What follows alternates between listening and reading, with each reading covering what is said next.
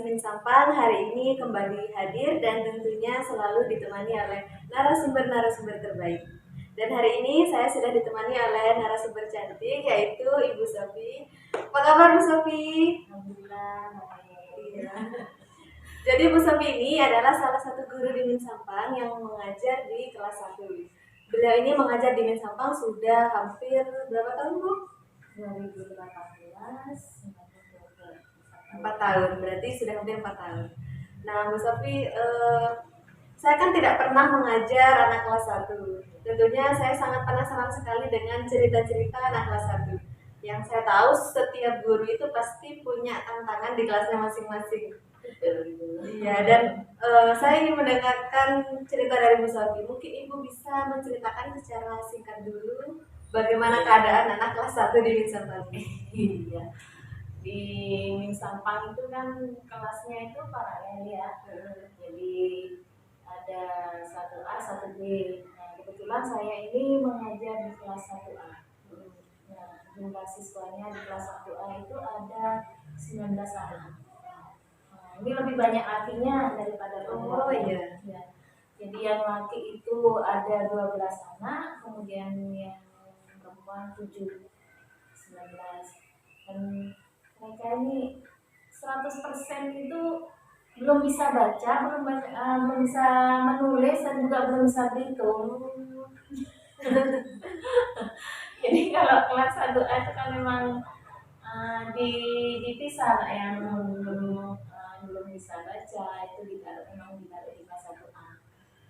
Nah, kebetulan ya ada senangnya juga ada susahnya juga dengan mengajar kelas 1 itu. Saya kan kebetulan baru kali ini juga mengajar kelas 1. Baru kali ini mengajar di kelas 1. Ini tantangan buat saya. Kadang perasaan saya itu bisa apa enggak mengajar kelas 1 itu. Apakah saya berhasil apa enggak mengajar di kelas 1 itu. Tapi alhamdulillah dari 19 anak itu sekarang sudah bisa baca, sudah saya kasih buku, itu sudah ada 7 anak. Kan saya mengajarnya itu kayak gini, yang jilid 1 itu jilid 1, jilid 2 itu tinggal 3 anak. Alhamdulillah sudah bisa. Kemudian ya ada senang ada susahnya juga. Kemudian dari yang 19 anak itu ada yang spesial kan mestinya ya. Ada yang spesial. Itu ada 4 orang anak ini yang spesial, yang perlu perhatian khusus. Ini perlu perhatian khusus. Yang satu ini memang anaknya suka menangis, sampai sekarang itu masih diantar sama orang tuanya. Kadang orang tuanya itu masih ada di kelas, menangis kadang ditinggal itu.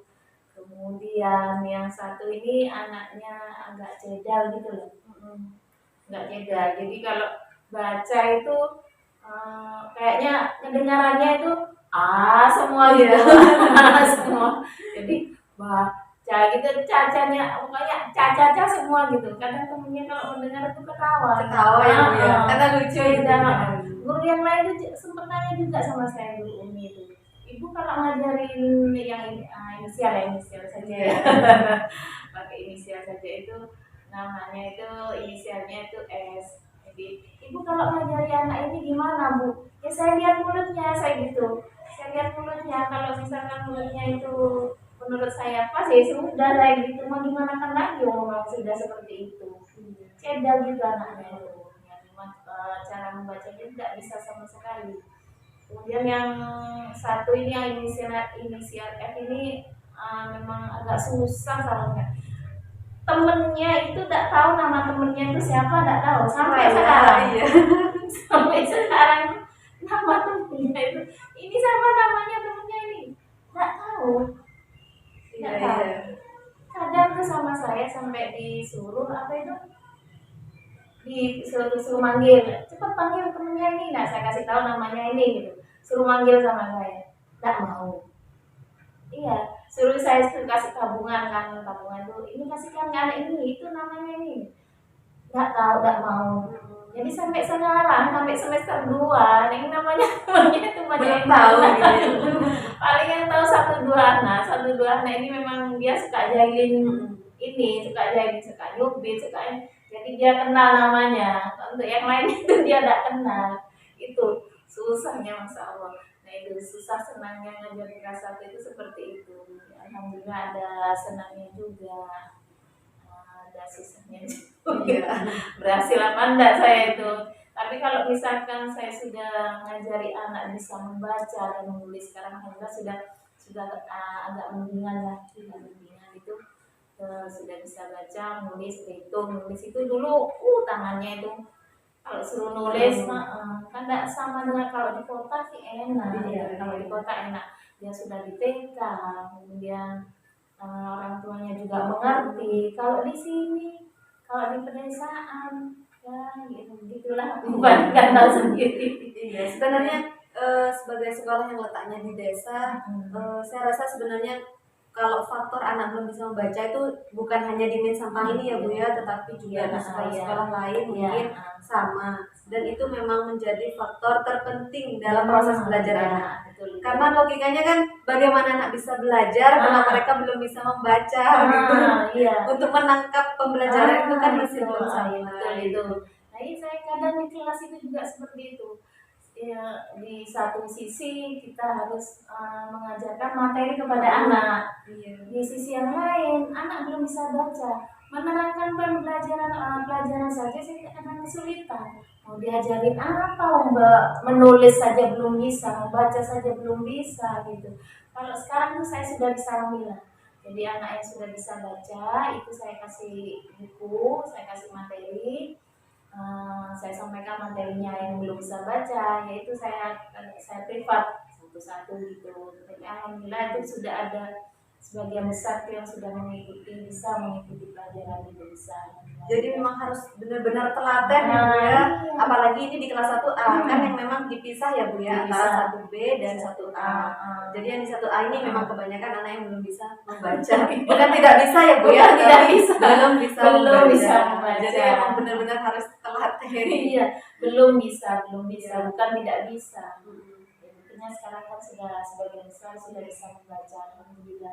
Dan ini lagi suka dukanya di kelas 1 itu apa itu kadang menyenangkan, kadang inilah apa, kadang pipis di kelas.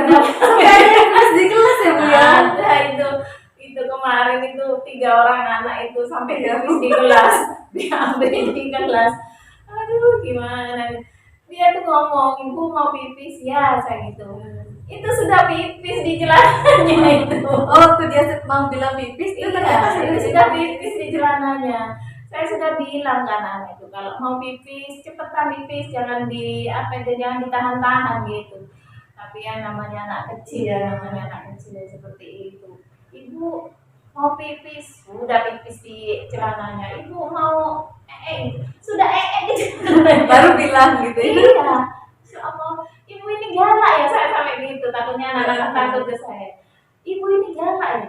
Enggak Bu, Ibu enggak galak, Ibu sabar gitu anak-anak itu. Tapi kok kadang lari-lari itu, kadang lari-lari mungkin nahan pipisnya, taunya sudah pipis gitu, seperti itulah.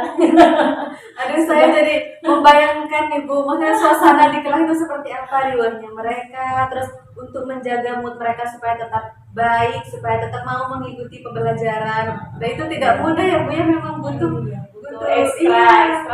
ekstra suara juga,